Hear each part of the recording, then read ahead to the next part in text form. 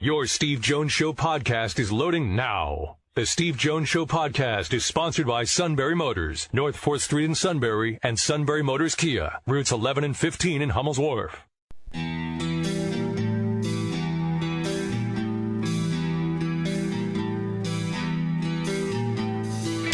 Sports talk where your voice counts. This is the Steve Jones Show on News Radio 1070 WKOK. Now from the Sunbury Motors studio, here's Steve Jones.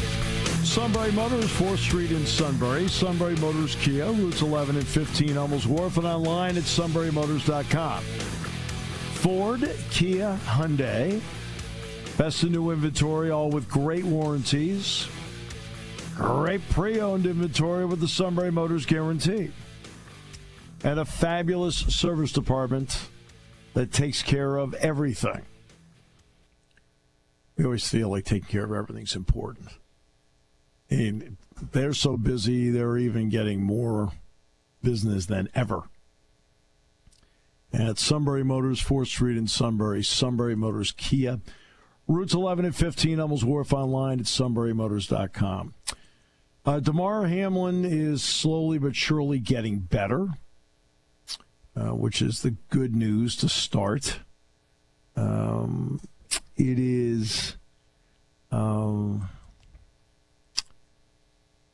it's, let's use a sports analogy here and relate it to medical. The sports analogy, of course, that we use all the time and we talk about often is the ability to take it one step at a time, one game at a time. That's very much with Damar Hamlin. Every day you take it one step at a time. So is he improving? Yes. Now the ability, they're hoping to get him to breathe on his own. That's going to be important, critical. Somebody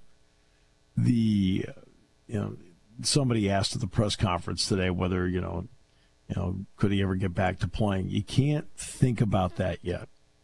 That's not something you can consider at this moment. In other words, how's tomorrow going to be? And can you take care of it tomorrow? And how are you tomorrow? And that's what that's all about. And I think that's, to me, that's the way to look at it. It's me.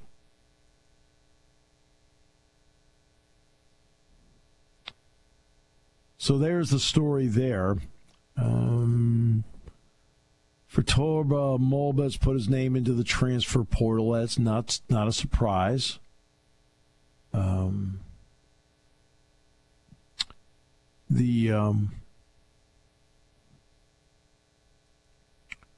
lot of, there's certainly depth there, even though I know Penn State's still looking for another defensive tackle.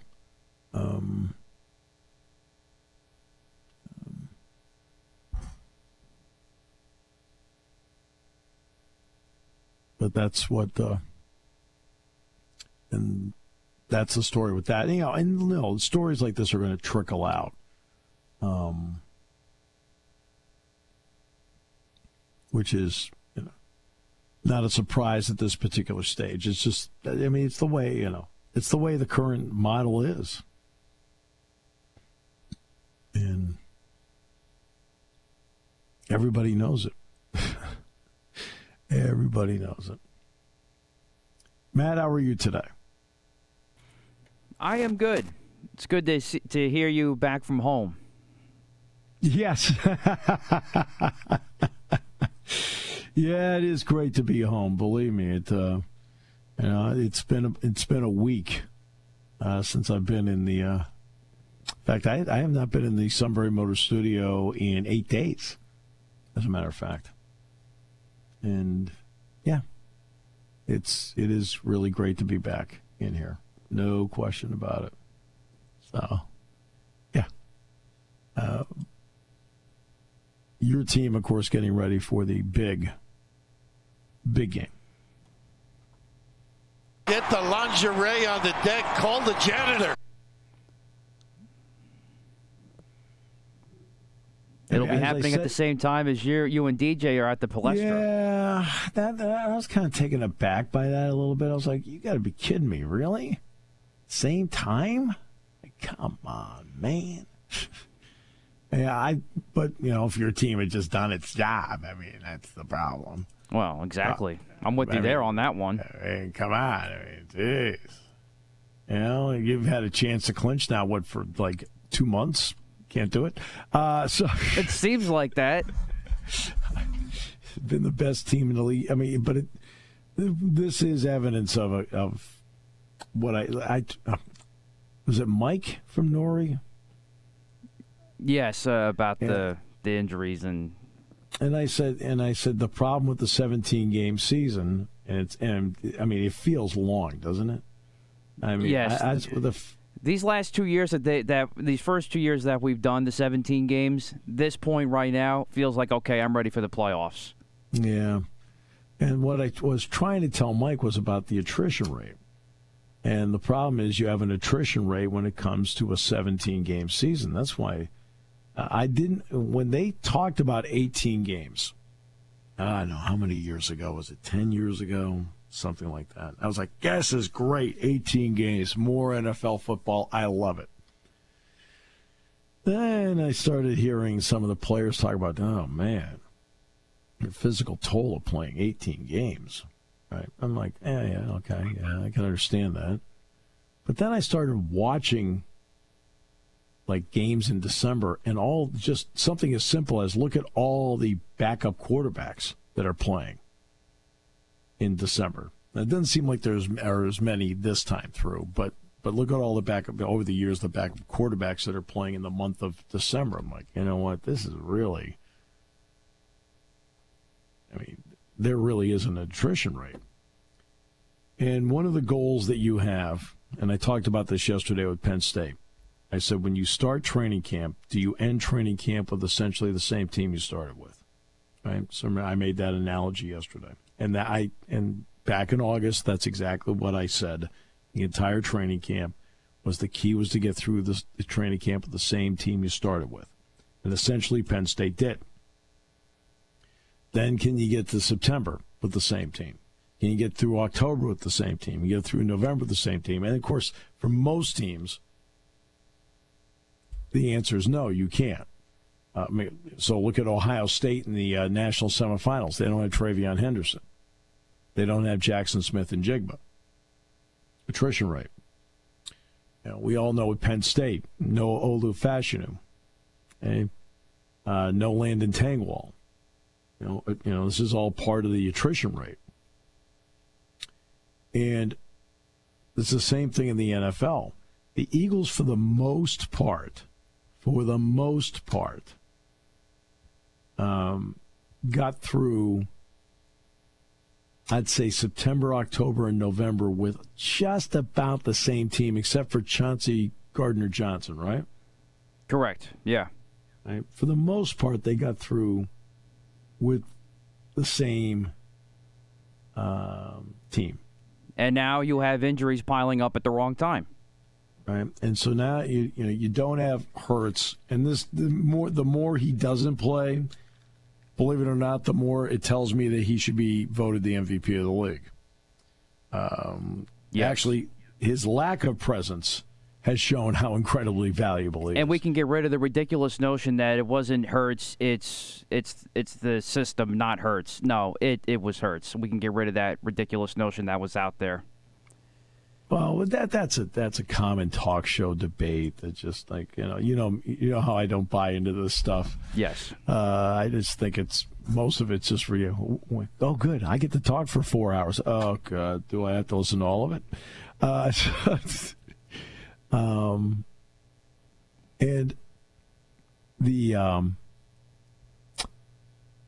And then of course Lane Johnson. I remember last year when Lane Johnson got hurt, what did it mean to the offensive line?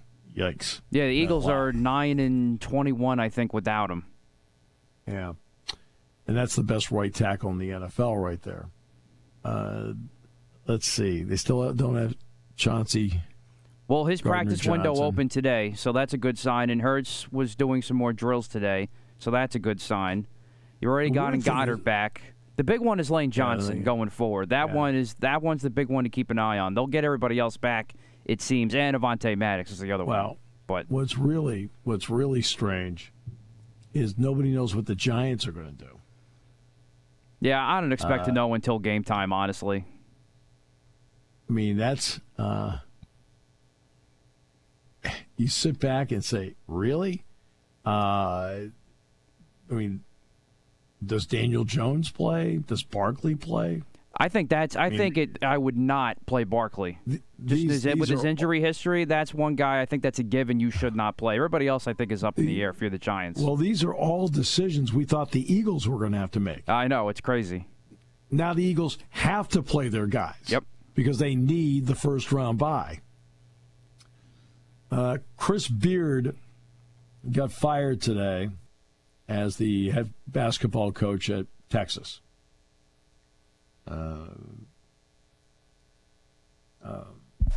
He was fired for cause following the arrest on felony charge of assaulting his fiancée. It was a third-degree felony for allegedly strangling, biting, and assaulting his fiancée in their home. So they parted ways with Chris Beard. They suspended him indefinitely without pay on December 12th. He has not been allowed to be around the team since that date.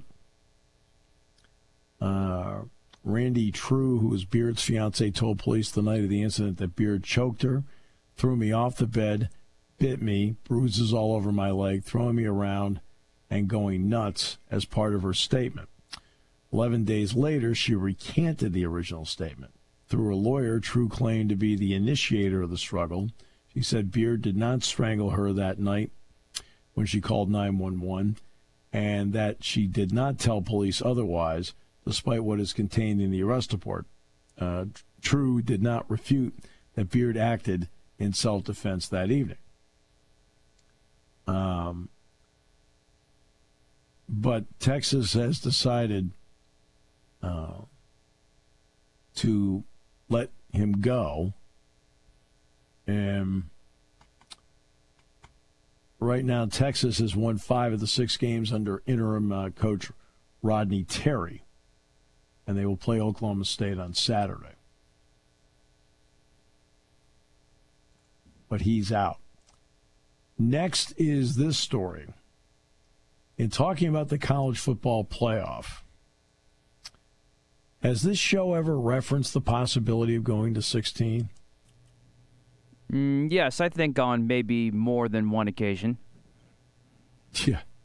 So Dennis Dodd writes today, and I mentioned it to Dennis Dodd, by the way. When a college football playoff working group submitted options for an expanded playoff field 20 months ago, the main purpose was that the college football playoff was that far down the road considering expansion. All right. The contract for a 14 bracket had 5 years left to run. That was locked in.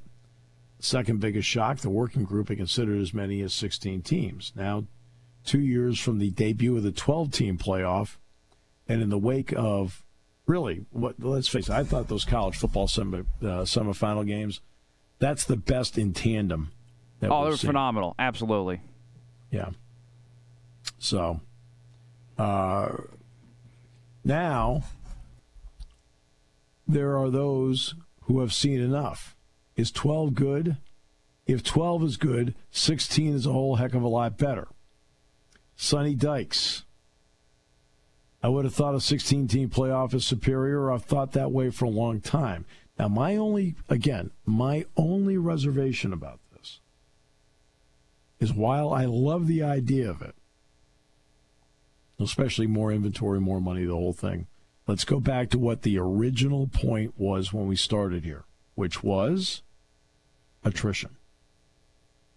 It's more games, and I'm talking like, games where you're just like, it is an all-out deal. Craig Thompson, the outgoing Mountain West commissioner, who was a member of that 4-person working group, said, I think 16 is the most natural. I'm not advocating for it, but I can't imagine a scenario that's at least not discussed before 2026. And Thompson is not alone. John Steinbrecher from the Mid-American, I think 16 is the number. 4 was better than 2, 12 is better than 4, 16 is the number in my mind. Greg Sankey, SEC Commissioner. My view is we needed to bring people into the national championship. He didn't speak on the 16-team bracket. He said, I don't think it's healthy for college football and college football globally that a West Coast team has not been in the playoffs since 2016. It's a national game.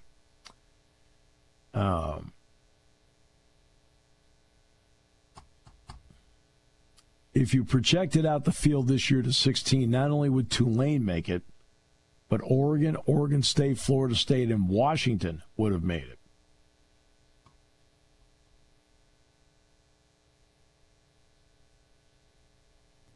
For me, 12's the way to go.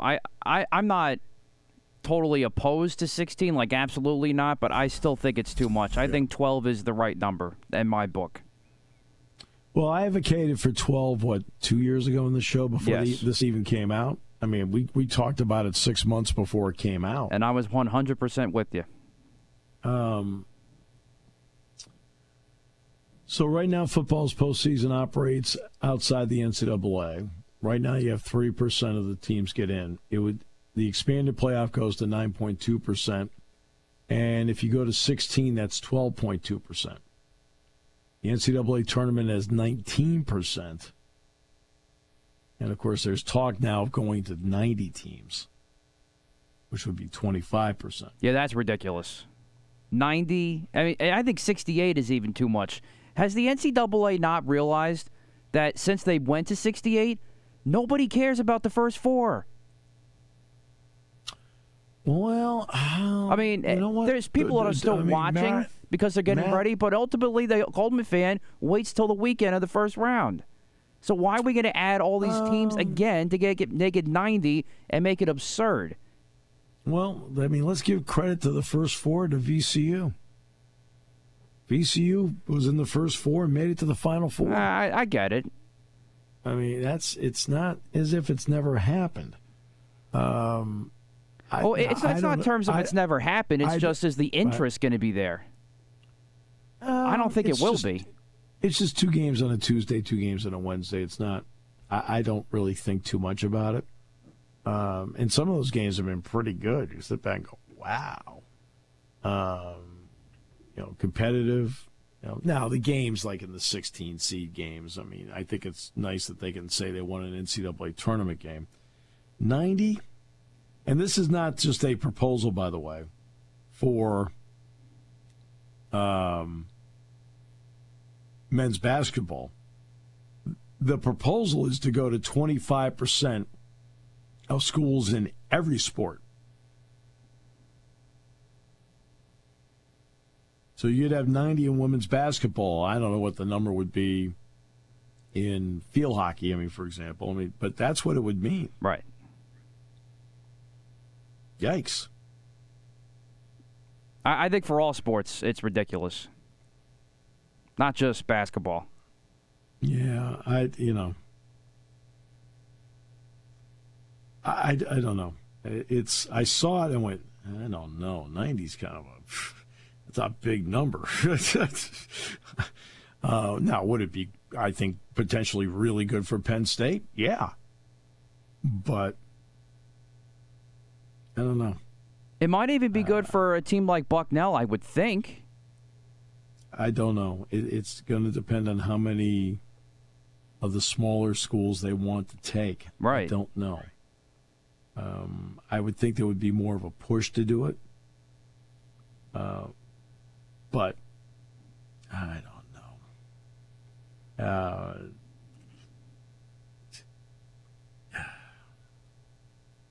Look at the NFL, and let's.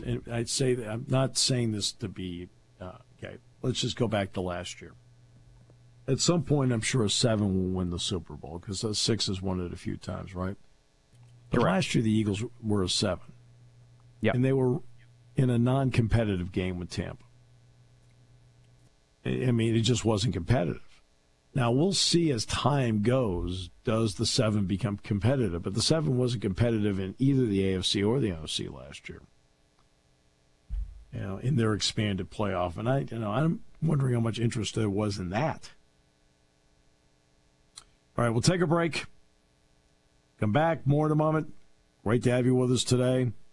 News Radio 1070 WKOK. Taking your calls at 800-795-9565. This is the Steve Jones Show on News Radio 1070 WKOK. Now from the Sunbury Motors Studio, here's Steve Jones. Sunbury Motors, 4th Street in Sunbury. Sunbury Motors Kia, routes 11 and 15. Hummel's Wharf, and online at sunburymotors.com. Ford, Kia, Hyundai, the best in new inventory. Great pre-owned inventory. The Sunbury Motors guarantee, and a fabulous service department that backs it all up with great technicians. They're looking for more technicians. It's all at Sunbury Motors, 4th Street in Sunbury. Sunbury Motors Kia, routes 11 and 15, Hummel's Wharf, and online at sunburymotors.com. Okay. The Bengals and Bills game is now officially canceled. They are not going to figure out a way to make up for it. And they're now evidently mulling over the idea of an 8th seed. This is also completely absurd.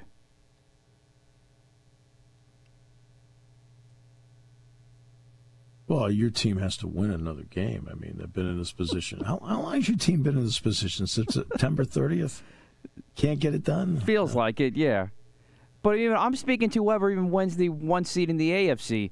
You're punishing the teams for a tragedy, or a near tragedy, I should say, that happened. And I would even say that they probably thought of, if we had an 8th team, we'll even get more money out of this, which is just despicable to even think about. Yeah, I don't know. I'm not quite sure what the rationale is. Is it to blunt the fact that the Bills and the Chiefs were so close for the 1 seed? I don't know. I just wish the NFL would just keep it simple like they had first talked about earlier in the week. Is you cancel this game, you base the AFC standings based on winning percentage, leave the NFC alone, and you move on. That's all you have to do. You've handled this for the most part okay, with a little bit of egregiousness here and there. You would really screw this up if you make a decision like that to bring in an 8th playoff team. I mean, it's just utterly ridiculous. Now, they haven't said they're going to do it. Okay? They have not said it, so don't, let's just wait and see if it stays at 7 in each conference or if they go to an 8th. Right? Because they haven't said it yet.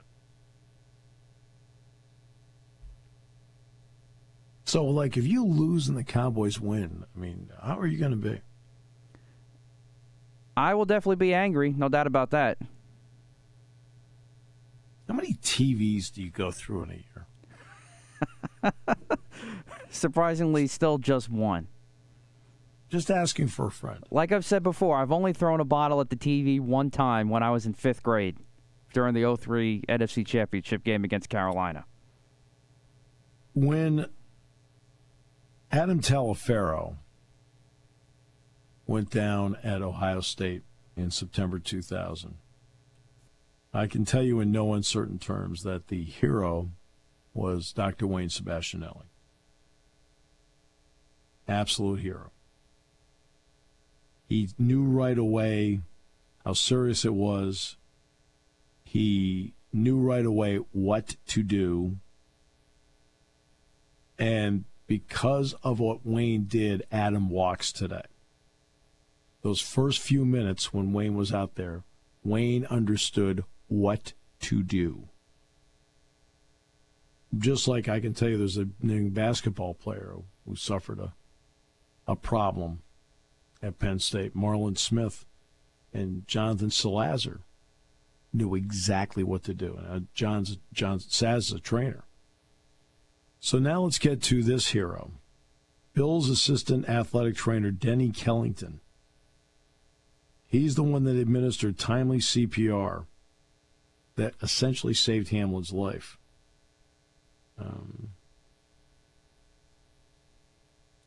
and each team rehearses the emergency action plan. Kellington is one of those who's involved in the NFL's emergency action plan. It's rarely used, obviously, in an NFL game. But medical personnel on Monday night, led by Kellington, did exactly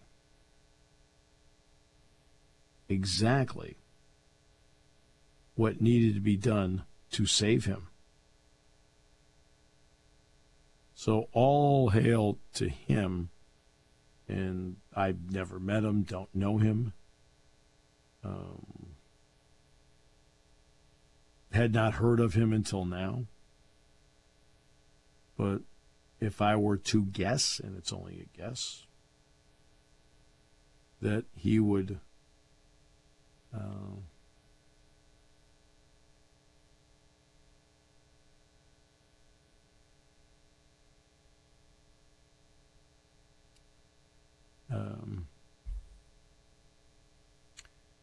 I would guess he's very humble. Just a guess. I'm only complete guess because Wayne is as humble gets. And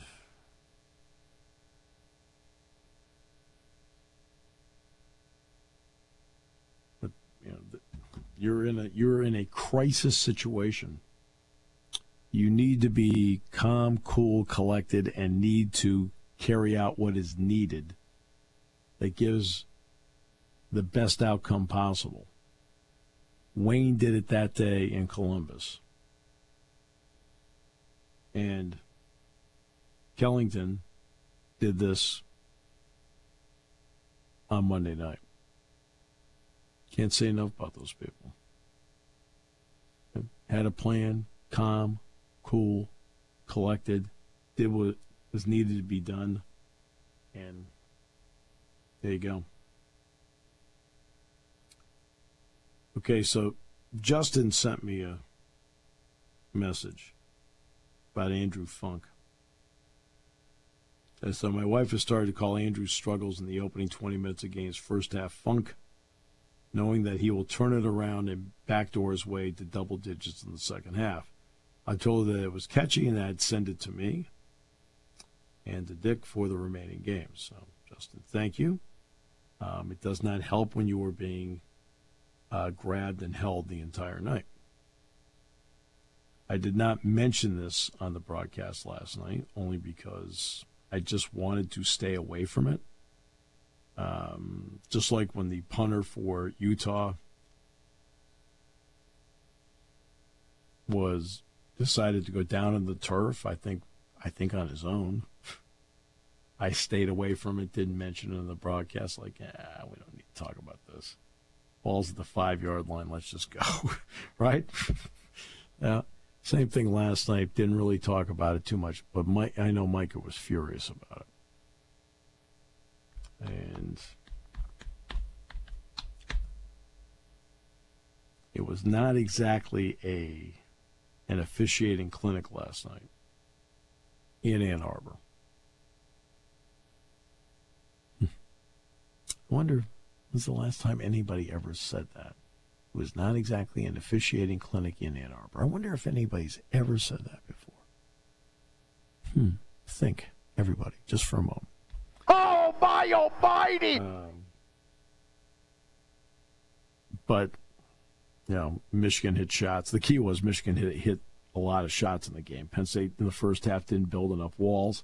Yeah, Andrew didn't hit any shots in the first half, and he scored all his points in the second half. Yeah, I know that. But against Iowa, he was 4 for 4 and threes in the first half. Right? You wanted me to tell you hi, by the way. Thank you. Hi right back at him. We miss him in Soika. No, I like where he is now. All right. So I'm having fun watching where he is now, too, believe me. He is he's a fun guy to watch practice. And I mean mostly on the defensive end. He is not just a good communicator, he is a great communicator on the defensive end. And it makes a big difference. He's so smart with how he plays. And he thinks the game in a lot of ways the way a coach thinks the game. And there's a lot of, a lot of people see the fact that, he can hit 3-point shots. I understand that because, let's face it, that is his MO. But you see other facets of it, and I probably have a better perspective on it because I watch him practice this. He really is outstanding with his communication, where to go, his anticipation. He's great with scouting reports. Miles Dredd's great with scouting reports, too. Miles Dredd literally has memorized every scouting report since he's been at Penn State. He hasn't memorized.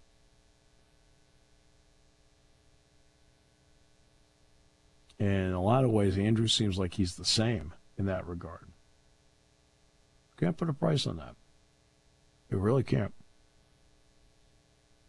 Guys carrying that much. A lot of, you have to have the ability to retain it. Now, I understand that. But, to have the passion to do that, it's pretty impressive. Penn State's got Purdue coming up on Sunday at 6 at the Palestra. Purdue will play tonight against Ohio State. So they've had an interesting week because they lost to Rutgers on Monday. Now they've got Ohio State tonight, Penn State on Sunday. So they've got a lot of games in a short period of time. And I would say the top 2 players in the Big Ten at the moment are head-to-head on Sunday, and Zach Edey of Purdue and Jalen Pickett of Penn State. Andrell Anthony, wide receiver, Michigan, has put his name into the transfer portal. So to quote Dick Girardi, Andrell Anthony, gone. Back with more in a moment on News Radio 1070 WKOK.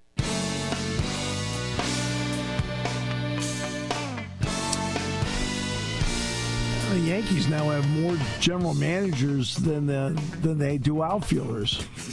Yeah, I don't know where this is all coming from.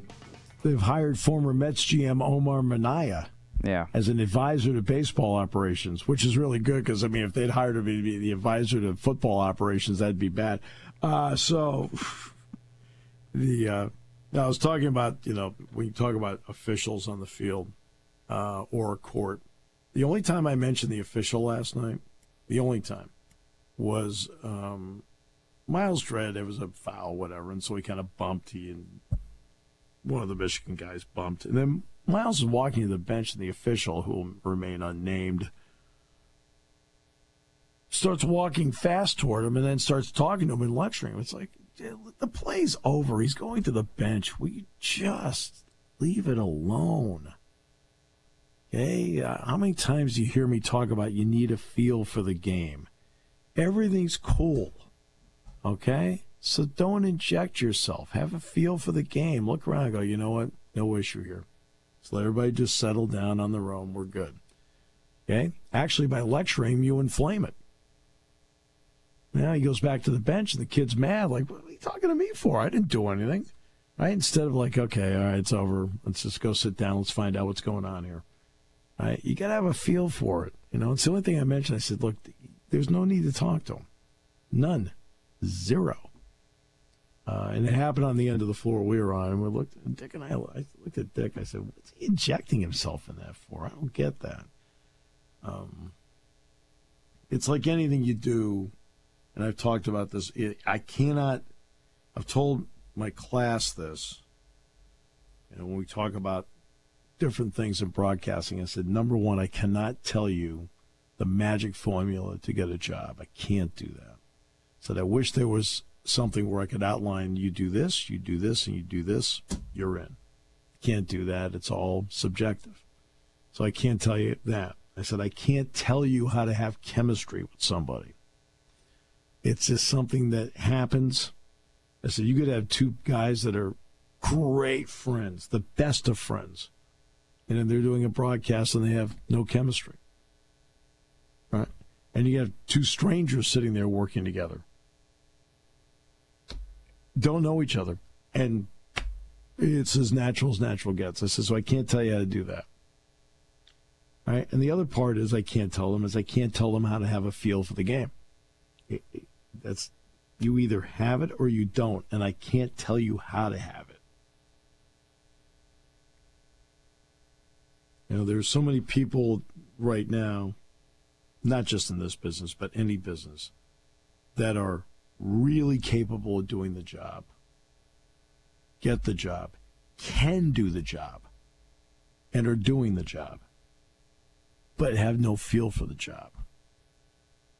And then there's some people who are capable of doing the job, are doing the job, doing good work at the job, and they're outstanding and an absolute difference maker that everybody looks at because they have a feel for the job.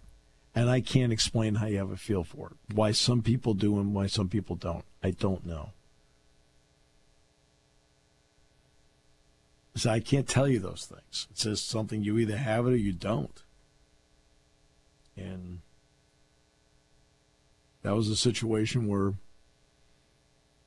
it's somebody I've seen in the spot before, and it's somebody that is capable of doing the job.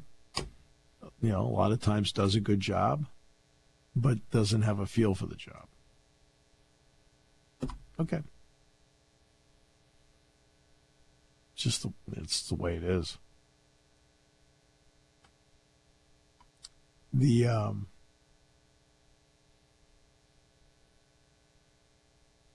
You're nervous for this weekend, I assume. I would call it slightly, yeah, because I ultimately think they're going to win. I think Penn State will play well. Oh, not that game? Oh, sorry. I actually feel good about Penn State. I think they're going to make it 3-0 in the Palestra on Sunday.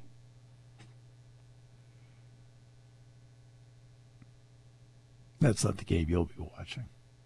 No, but I will be keeping dibs on the game as I'm watching the Eagles.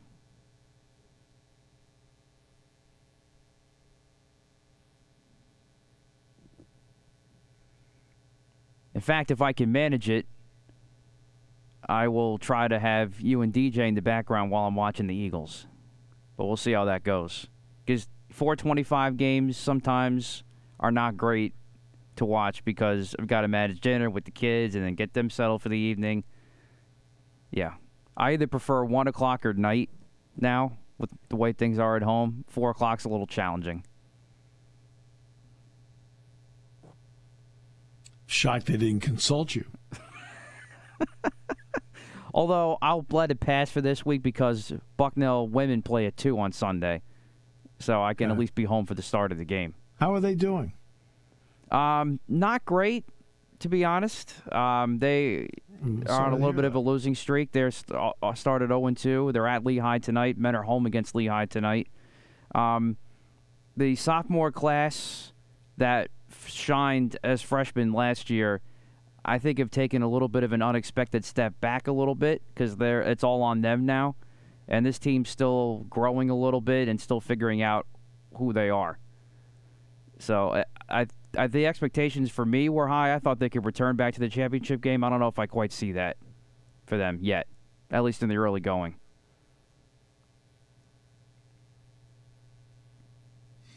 Okay. And I've got tonight Carolyn Keeger's on the Coaches Show tonight before Micah, so it's an all-basketball edition of the Coaches Show tonight. Yeah, Lady Lions have been, I know they lost at Michigan as well, but they've actually been playing pretty well. So we'll talk to her tonight. And Bucknell men are 0-2 in the conference as well. They should have beaten Boston U the other day at Soika. Mm. They were out to a 13-point lead early in the first half. Second half was totally different, and it didn't end well. So both teams, Lehigh and Bucknell men, are 0-2 coming into tonight. So what's interesting about games where teams are, quote, holding on at the end, you play a 40-minute game. And this is, and everybody looks at the end of the game. I understand that because that's the part that ends up being the swing part. Take Penn State and Iowa on Sunday. Penn State's holding on. Well, you want to know why Penn State won? Because the first 36 minutes counted too. Right? Absolutely. Penn State never trailed on Sunday. Penn State never trailed in the Rose Bowl. Last night they had to play uphill. They were behind for 37 minutes last night. But I always love that, they're hanging on. Oh, my God. Hey, guys, the first 36 minutes counts. That's why they won. That's why it's a 40-minute game. It's over. Okay, did X team get more points? No. See, I don't worry about so much stuff like that anymore. When it comes to car buying, there's the other guy's way, and then there's the SMC way. The other guys force you into a vehicle you really don't want. The Sunbury Motors way lets you take the time you need to browse, ask questions, and take the test drive and think on it.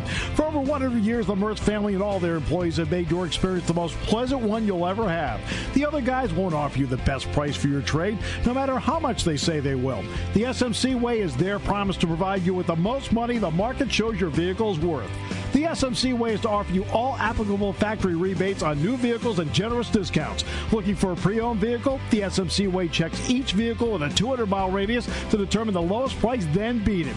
It's the lowest price promise, just part of the SMC way. The choice is up to you, the other guy's way or the SMC way. The SMC way wins every time. Sunbury Motors Company in the North 4th Street Auto Plaza, Sunbury, and at sunburymotors.com. Selling more cars and satisfying more customers for over 100 years.